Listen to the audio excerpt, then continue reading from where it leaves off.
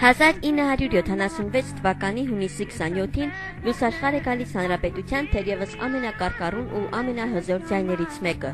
Վարդուհի Վարդանյանը։ Ուսումը ստացել է Երևանի Պուշկինի անվան միջնակարգ դպրոցում, ուր որպես փոխտնօրեն աշխատում էր նրա մայրը՝ Աննա Ալեքսեևնան։ Դեռ մանկուց փոքրիկ Վարդուհին առանձնացել է երաժշտական իր ունակություններով։ Փոքրիկը տարբեր երեկույթների ու հանդեսների ժամանակ մեծ ոգևորությամբ ցուցադրում էր իր արտիստիզմն ու կատարողական վարպետությունը։ Մանկուց շատ աշխուժ եւ շատ չարաճճի երեխա է եղել եւ անընդհատ ինչ-որ խաղերի մեջ պետք է ինքը առաջինը լիներ, եթե մենք ինչ-որ մի բան խաղում էին բակում, անպայման այդ թմային խաղերի մեջ բոլորը ձգտում էին այն թիմը ընկնեին, որտեղ որ Վարդուհին է, որտեղ ինքը շատ ճարպիկ էր ու բոլոր խաղերում բոլորից ավելի լավ էր ամեն ինչ անում, կլիներ դա պահկվոցի այդ մեր կլասիկ խաղերը, ռեզին, կլաս, բոլոր խաղերում ինքը առաջինն էր, ազարտով էր շատ։ Ես երևի թե 7-8 տարեկան էի, երբ որ տենց սկսեցի հիշել։ Հիշում եմ մի հատ տետր ուներ, 96 թերթանի էր, ամենասկզբծերից էր տետրը գրված էր երգերով տարբեր, կինոֆիլմերից, սովետականին, հիշում եմ այդ տետրի ամենաառաջին երգը Կարիչնիվա Պուգովկա մի հատ երգ կար, տեղից էր սկսում երգել, ամբողջությամբ նա այդ տետրը երգում էր, վերջացնում էր, հետո անցնում էր իր գործը, հետո նորից, ամեն օր, հա։ Մանկապարտեզում խումբ կար, երաժշտական, սենց փոքրիկ անսամբլ էր, որտեղ երեխաները ամեն մեկը ինչ-որ մի գործիքի վրա նվագում են եւ Վարդուհին շատ զարմանալի կտվա, բայց նվագում էր քսիլոֆոնի վրա եւ ամենագլխավոր քսիլոֆոնիստկան էր մանկապարտեզի։ Ինքը երևի թե 6-րդ, 5-րդ դասարան էր, 5 կամ 6-րդ դասարան էր, երբ որ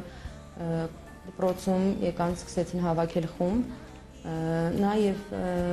Զարոյ Բաբայանը գրվեցին այդ խմբում, հետագայում դա դառավ Աշոտ Բզնունոպոպ երգչախումբը։ Այդ տարիներից արդեն 6-րդ դասարանից նա երգում էր։ Բոլոր առիթներով երգում էր, կապ չուներ ինքը ինչով էր զբաղված տանը, շատ էր սիրում երգել։ Ամբողջ օրը մի բան վերցնում էր գրիչի նման, միկրոֆոնի նման ինչ-որ մի սարք վերցնում էր եւ տանը երգում էր, իրեն ձայնագրում էր։ 1983 թվականին դպրոցում բացվում է երաժշտական խումբ, ուր սկսում է հաճախել նաեւ Վարդուհին։ Հետագայում այն դարձավ Աշոտ Բզնունու ջազ փոփ խումբ։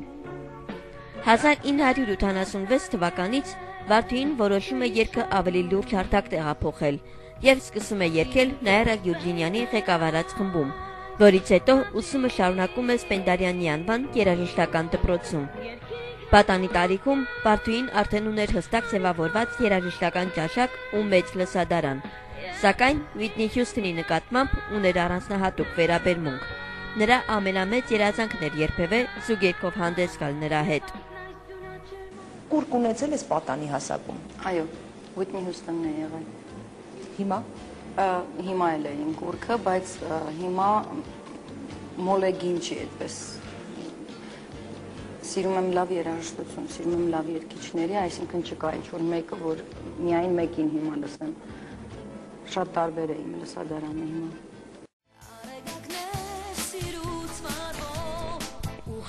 1993 թվականին Վարդուհին ընդունվում է Երևանի Վալերի Բրյուսովի անվան լեզվաբանական համալսարանի անգլերեն լեզվի եւ քաղաքագիտության բաժին։ Ուսումն ավարտելուց հետո նա 2 տարի անգլերեն է դասավանդում իր հարազատ դպրոցում։ 1994-ին Վարդուհին ընդունվում է Երկրպետական թատրոն եւ առաջին անգամ մասնակցում Ասուտ երաժշտական մրցույթին։ Նրա մուտքը երգի թատրոն շատ վառ հետք է թողել իր բեմական եւ արդեն հարազատ դարձած ընկերների սրտերում։ Նրանց հուշերում Վարդուհին միշտ ուրախ է, հումորի մեծ զգացումով օժտված եւ կյանքով լի։ Նա անգամ ամենաբարդ ու դժվար կացության մեջ միշտ գիտեր ժպտալ։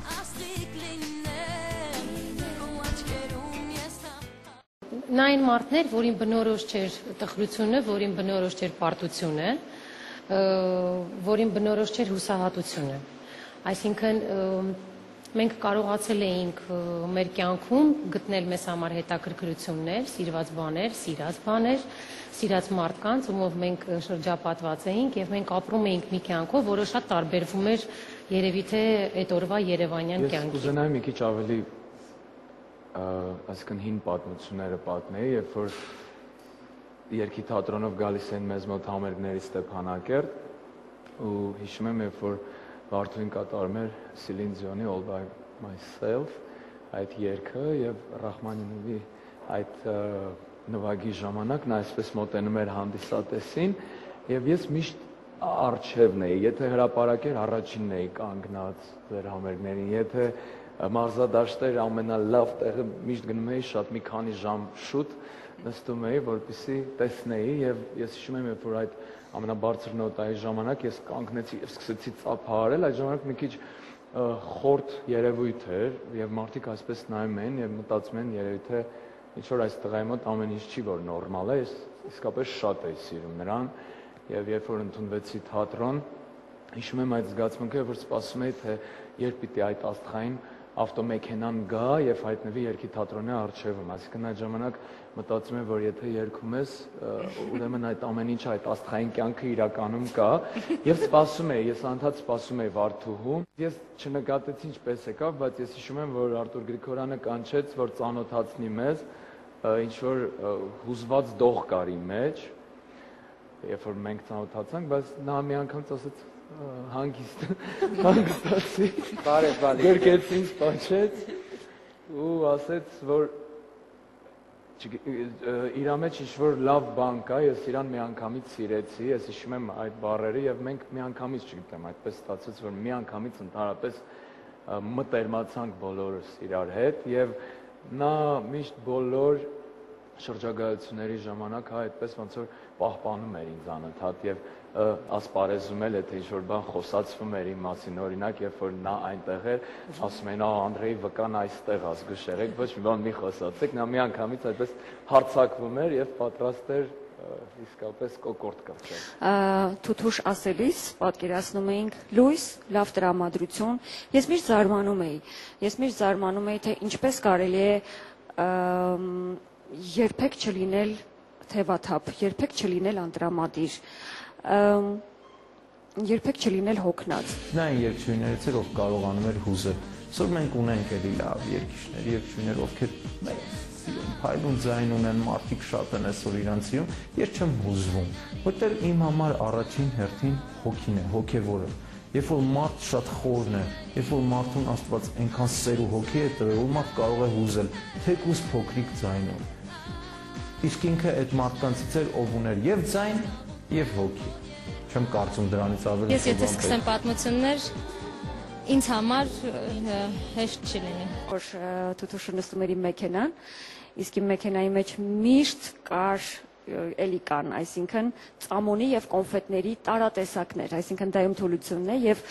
մեքենայիս մեջ միշտ կար շատ տեսականի ու ինչքան որ ինքը նստում էր միշտ ասում էր նենց եմ սիրում քո ավտոն նստեմ,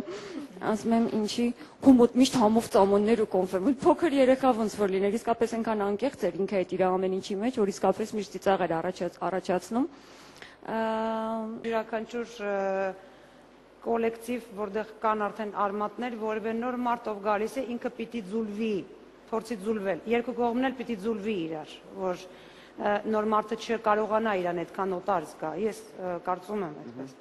Կամ մենք արդեն ունեինք տրադիցիաներ մշակված եւ նոր մարդը ով էր, նոր մարդը Թութուշն էր, որը ֆանտաստիկ վառանատականություն էր եւ ճիշտ հնչեցին բոլոր կարծիքները, որ ինքը ուրախություն էր։ Ինքը քայլող ուրախություն է։ Մեր զրույցները ամեն ինչի մասին էր, իդեպ ասեմ նա հրաշալի զրուցակից էր եւ տեղյակ շատ ամեն ինչին գրեթե։ Ընդհանրապես Վարդուհին շատ հումորով էր եւ ես հիշում եմ մենք մոտավորապես 10 տարի միասին սովորել ենք, աշխատել ենք ու ես լավ հիշում եմ, որ ինքը այնպիսի բաներ էր հիշում իմ կյանքից եւ պատմում եւ այնքան համով էր պատմում, որ անգամ ես չէի հիշում ու չէի պատմում։ Ու մի դեպք եմ հիշում, մի անգամ Շուշիում համերգի էինք ու ես լսել էի Թութուշի երկար քնելու մասին, ես ինքս եմ եղել երկար քնող, բայց դա ինձ համար բացառիկ երևույթ էր, որովհետև լսի ոչ մի բան իրեն չէր կարողանում արթնացնել։ Ես շատ գիտեի, որ ինքը առավոտյան սիրում է սուրճ եւ կարմիր մեծ խնձոր։ Ուրեմն երկար քնելը որքանն էր։ Գիտես, մինչև ցերեկվա 2-ը։ Այսինքն ես հասկացա, որ անիմաստ է Թութուշին արթնացնել, դա կլինի սուրճ։ սուրճի բուրմունք, դա կլինի խնձոր, դա կլինի ասել որ թուղթ, եթե մենք չգնանք հիմա, մենք ընդհանրապես կմնանք Ղարաբաղում ու էլ մեքենա չի, մի խոսքով։ Ինքը այսպես աչքերը կիսաբաց էր անում, անգամ ինձ ասեց, լսի դու քո Արմինկա հալով ինձ ուզում ես արտասնես։ Մարդիկ են նստում երթուղային տաքսի, տարբեր կրթություններով եւ տարբեր հոգեկան վիճակներով։ Այդ ասենք խմած մարդ է նստում։ Մեքենա, լեզու գտնում եք։ Որ հաճախ լինում է։ Լեզու գտնում եք դրանց հետ։ Օտար լեզուներ եմ ավարտել Մեր գործները տենց է էլի, պետք է լեզու գտնես, բոլորին հասկանաս, ամեն դեպքում մի օր լավ չդիմավորվիր, մի ուսորը չի նստի։ Կլիենտ է, էլի, չէ, հասկանում են։ Որ իջնություն մեկ ասում է, ես 200 իմ կողմ, բայց մենակ է, չէ։ Բայց մի 400-ի ներբեր ես ուտում է։ 400-ի ներբեր։ Երթուղային տաքսի վարորդները երթևեկության ամենակարկառուն խառնողներից մեկն է։ Ես որ երկրորդ գծից մարդ ենք վերցնում։ Գիտեմ ինչ եք ասում։ Ես չեմ դու ես տղա ջան, օրվա վերջա պտի տանես գծի արենդը տաս։ Երկրորդ չէ, երրորդ գծից է մարդ կվերցնես, չէ։ Էլ ինչի, մետրոյի տակից էլ ենք մարդ վերցնում, անցումի տակից էլ ենք մարդ վերցնում, հայ մեր ախճոն։ Եմ ախճոն, են որ գիտես որ դիցա մարդ է, ճոպանով ուծում։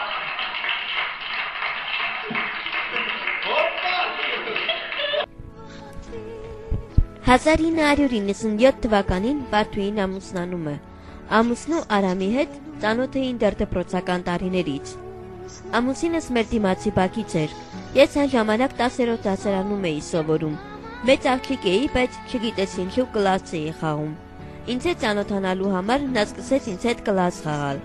Բոլորը զարմանում էին, քանի որ նա 5 տարով ինձանից մեծ էր։ 20 տարեկան լինելով ամեն օր պարտադիր գալիս էր կլաս խաղում ու նոր տուն գնում։ Այդպես մի տարի կլաս խաղացինք, մինչև ամեն ինչ բարձ դարձավ։ Իր հարցազրույցներից մեկում պատմել է Վարդուհին։ Ամուսնությունից 1 տարի անց Վարդուհին լուսաշխար է բերում իր միակ որդուն՝ Ռուբենին։ Տեսնելով որդու մեծ սերն ու ունակությունները երկարվեստում, Վարդուհին սկսում է աշխատել նրա հետ։ Արդյունքում մասամբ կատարվում է Վարդուհու թաքուն երազանքը, ու նա որդու հետ զուգերք է ձայնագրում, որի հիման վրա էլ հետագայում նկարահանվում է տեսահոլովակ։ Երևի թե ամենահաճելի եւ ամենալավ զուգերքն է ինձ համար։ Իհարկե թվում է, որ երեխայի հետ ավելի շատ պետք է աշխատանքը լինի եւ ավելի դժվար պետք է լինի։ Ասեմ, որ այս երգը որդուս հետ բավականին հեշտ մեզ տրվեց։ Մոտ երևի թե մեկ շաբաթ է լսել որդուս երգը։ Առաջինը ինքն է ձայնագրվել, այո։ Իհարկե դժվար է գիտեք այն առումով, որ այս դեպքում արդեն որպես երգիչ մի փոքր տուժում ենք, որպես երգչուհի, որովհետև բալիկը է եւ ամբողջ ուշադրությունը կենտրոնացած նրա վրա եւ նկարահանվելուց էլ ավելի դժվար է։ Այս դեպքում դժվար է։ Առաջին անգամ երգել եմ մայրիկիս հետ դուետում։ Մենք գնացինք մի տուն, այնտեղ շատ հետաքրքիր անցավ նկարահանումը եւ դրանից հետո երգել եմ համերգներին եւ դրանից հետո դադար եղա, որտեվ իմ անցումային տարիքներ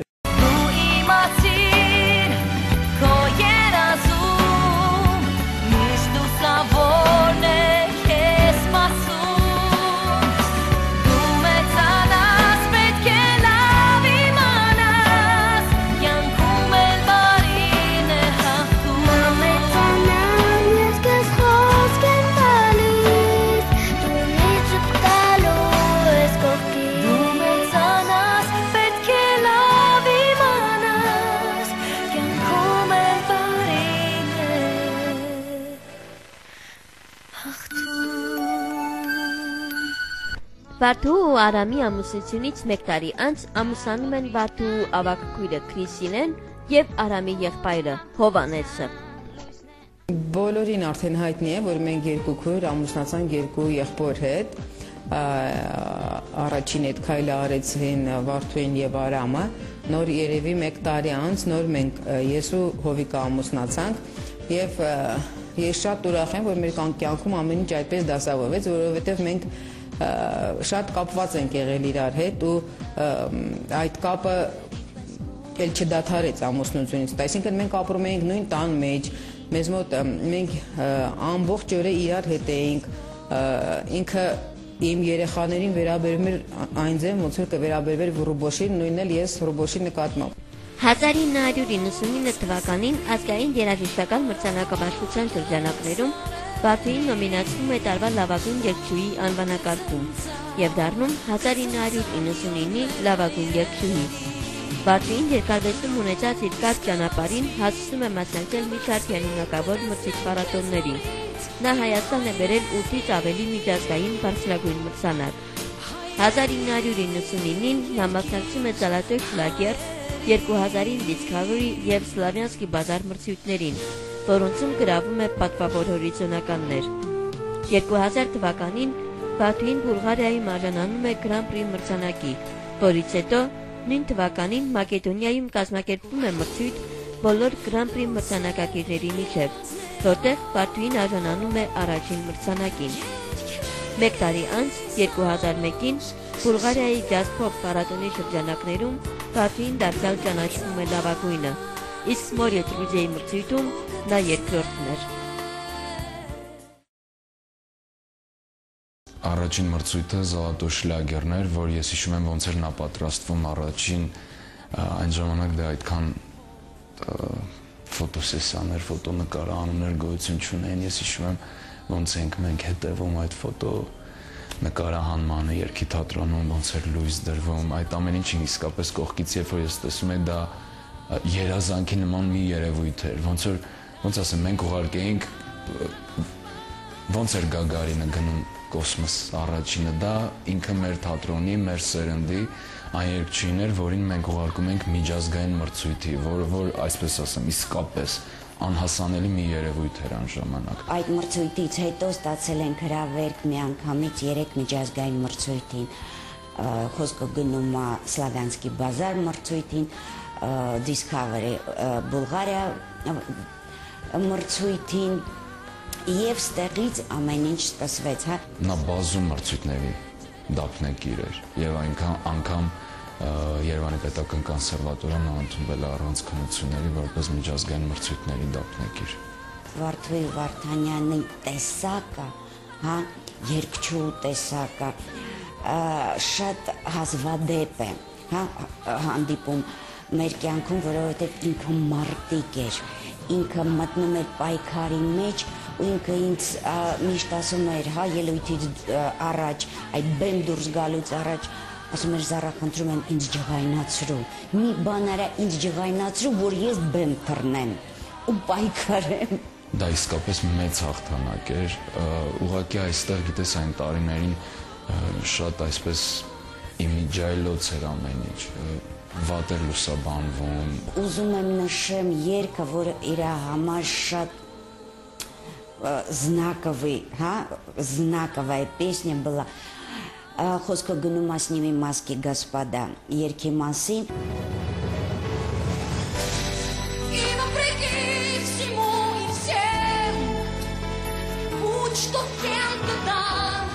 Отбросишь прочь, чтобы вновь стать самим собой, чтобы не играть чужую роль, чтобы жить с той мерой, что дана судьбой. Пусть снова лжет слепой пророк о том, что путь твой одинок, свобода тот, которым живы мы с тобой.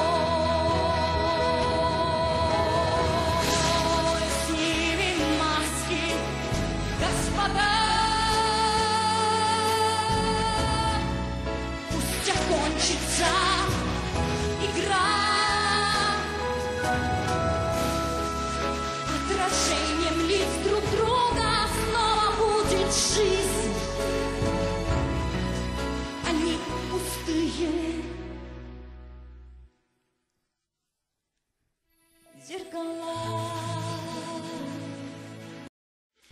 Երկրին արդեն ուներ ծանրագրած բազմաթիվ երգեր, որոնք արդեն սիրված ու ճանաչված հիթեր էին։ 2003-ին Վարդուհին թողարկում է իր միակ ձայնասկավառակը՝ «Խառնաշփոթը», ուր ներգրավում են երգչուհու հիթերից 13-ը։ Դրանցից մի մասի հիման վրա նկարահանվում է տեսահոլովակ։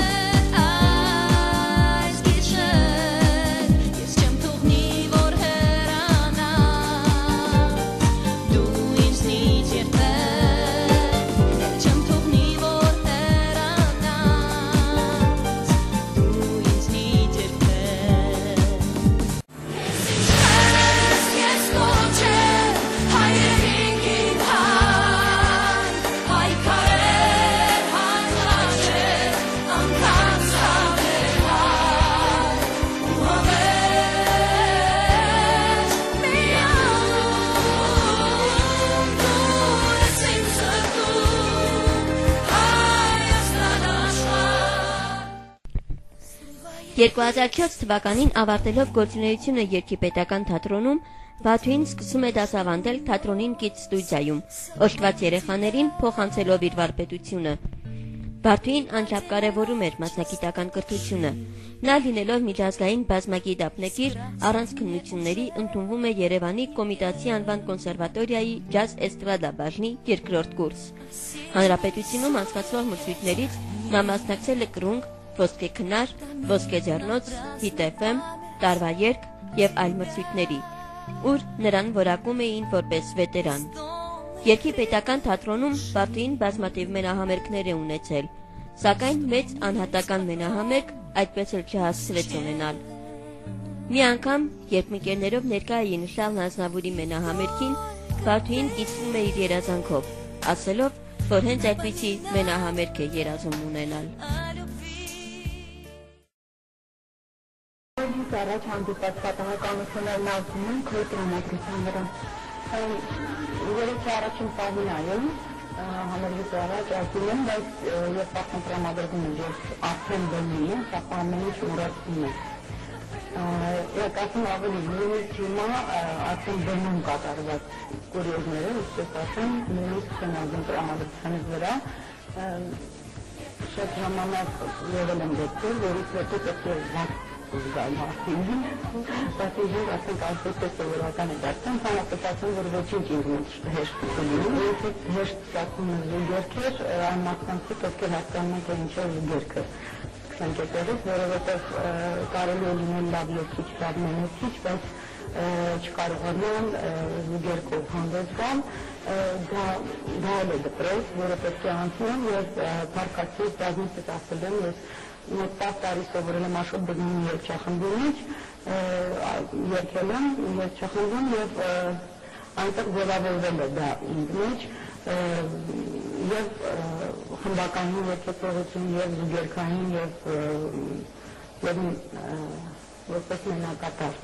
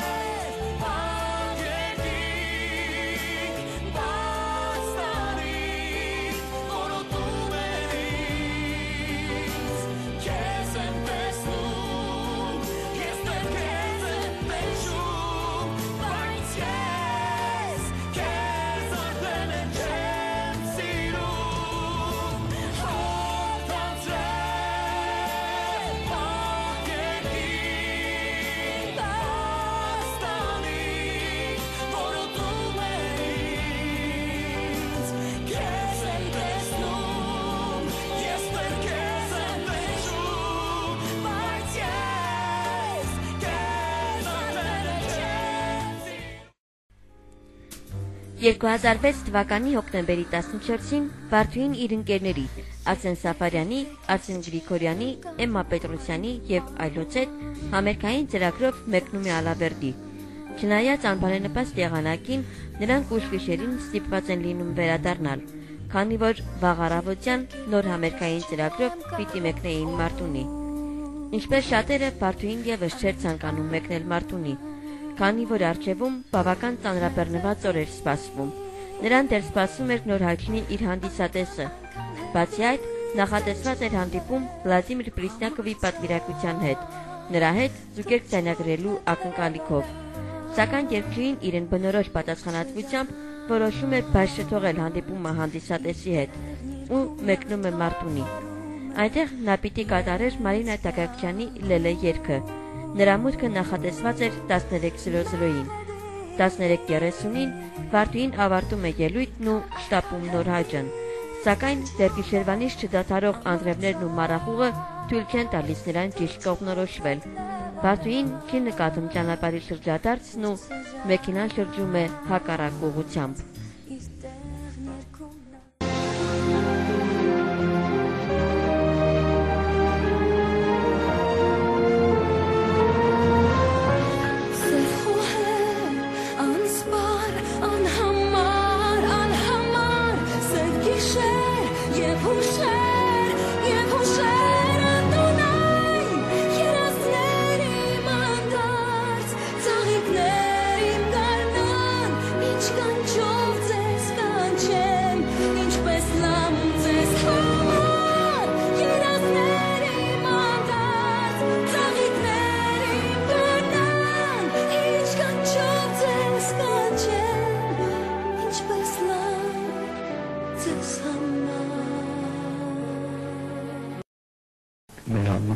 Վերջին հանդիպումը եղավ ամսին 14-ին։ Կորետ միասին ամենքի կարագոտում և սեղանի շուրջ խոսում ենք, զրուցում ենք, հիշում ենք թատրոնի օրերը, հիշում ենք հյուրախաղերը և երբ վերադառնում էինք մառախուղր ճանապարհին և մենք զանգում էինք իրար հեռախոսով, մենք առջևից էինք, իրանք Արսենի մեքենայով մեր հետևից էին գալիս և անընդհատ ասում էի զգուշ եկեք, որովհետև մառախուղ է։ Եվ հիշում եմ, որ հաջորդ օրվա համար ասեց պիտի առավոտ շուտ արթնանամ ու գնամ, ասում էի իսկ չես կարող չգնալ, գուցե չգնաս, բայց ես չեմ մոռանա, որովհետև մենք մի գիշեր առաջ իրար հետ էինք և ողջ ճանապարհի մառախուղը սենց իրար հետ անցանք։ Ամենավերջի զրույցը գիշերն էր, այդ գիշերն էր, մենք համերգի էինք, ես համերգի նոր հաճ եմ գյուղում, նա Սևանից պիտի գար նոր հաճան, որտեղից որ մենք պայմանավորվել ենք, որպեսզի հանդիպենք, որտեղ նա պիտի ձայնագրվեր Վլադիմիր Պրեսնիկովի հետ զուգ երգ և մենք պիտի հանդիպենք այն մարդու հետ, որ պիտի այդ ամեն ինչը կազմակերպեր։ Վերջի զրույցը դրա մասին էր, որ ինքը ասեց հանկարծ համերգից հետո էլի ինձ չասես, որ դու զբաղված երգիչ ես և էլի ժամանակ չունես, ես խնդրում եմ ժամանակ տրամադրի, մենք միասին պիտի գնանք այդ տեղը։ Չին հանդիպումը եղավ հենց մահվան օրվանից մեկ օր առաջ, մենք միասին էինք, ես, Վարդուհին և Արսենը Գրիգորյան, Ալավերդիից մենք միասին եկանք, հասանք Երևան, իմ մեքենայով։ Այդ օրն էլ նա ընդհանրապես չէր ուզում դուրս գար տնից և շատ դժվարությամբ արթնացավ և շատ դժվարությամբ դուրս եկավ։ Տենց դեպք չէր եղել իր այդ, որ ինքը արդեն պայմանավորված է պետք է գնա համերգի ու չուզենալով, այդքան չուզենալով վեր կանա և գնա։ Մտածակ բոլորը նկատեցին, որտեղ որ չէր հայտնվում, ինչ-որ դրական, ինչ-որ բաներ էինք զգում բոլորս։ Երբեք չէր տեսնում, որ անգամ վատը համալիցան մեջ չկատակի, չծիծաղի, չլինի բոլորիս ուշադրության կենտրոնում։ Մեծ երգչուհի, մեծ ու իսկապես հրաշալի մարդ, որ ուղղակի հաճելի էր շփվել, ընկերություն անել, մտերմանալ, կիսել, դարձնել, տալ։ Իսկ թվում է այդ սերը մնաց իրար հետ, այդ սերը իրար հետ եկել էր ու իրար հետ գնաց, ինքը շատ մեծ սեր ուներ իրար մեջ։ Ճակատիտ ինչ է գրված։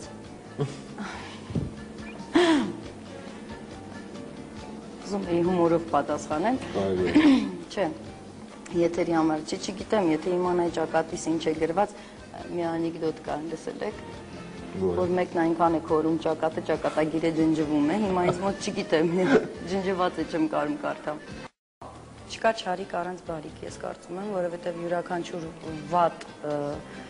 և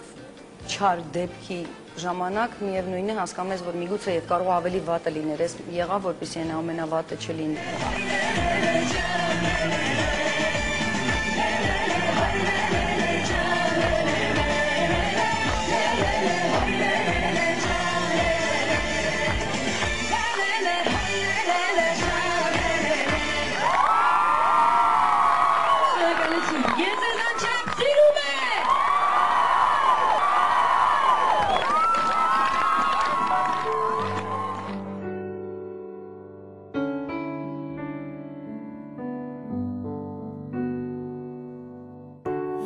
Երկնքից ծնունդ առար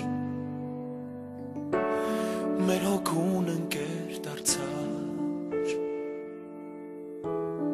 Եվ ինչու այսպես հանկարծ թողիր ու հեռացար երկինք Սերը քո մեզ հետ մնաց Քո երկով հավերժացար ու հեռացար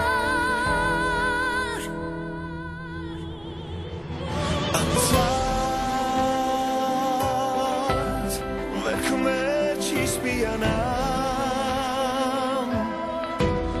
Թե նորից գարուն էլ գա չենք մոռանա Դե դու որոշես հեռվում մնալ Մեկ է չես կարող լսիր Նրա խոտքն է քեզ կանչում ընկեր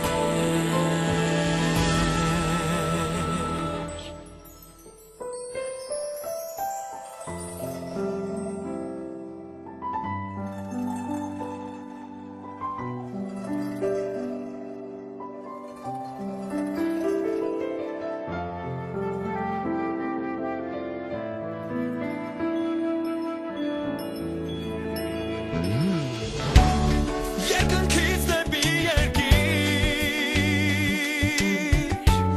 մի հրեշտակ է մեզ նայում իր բարի դեմքով անձայն Եվ քեզ և ինձ շպտում է նա Դու անհոգ եղիր երկում Մեր ընկեր կհանդիպենք ուրիշ կյանքում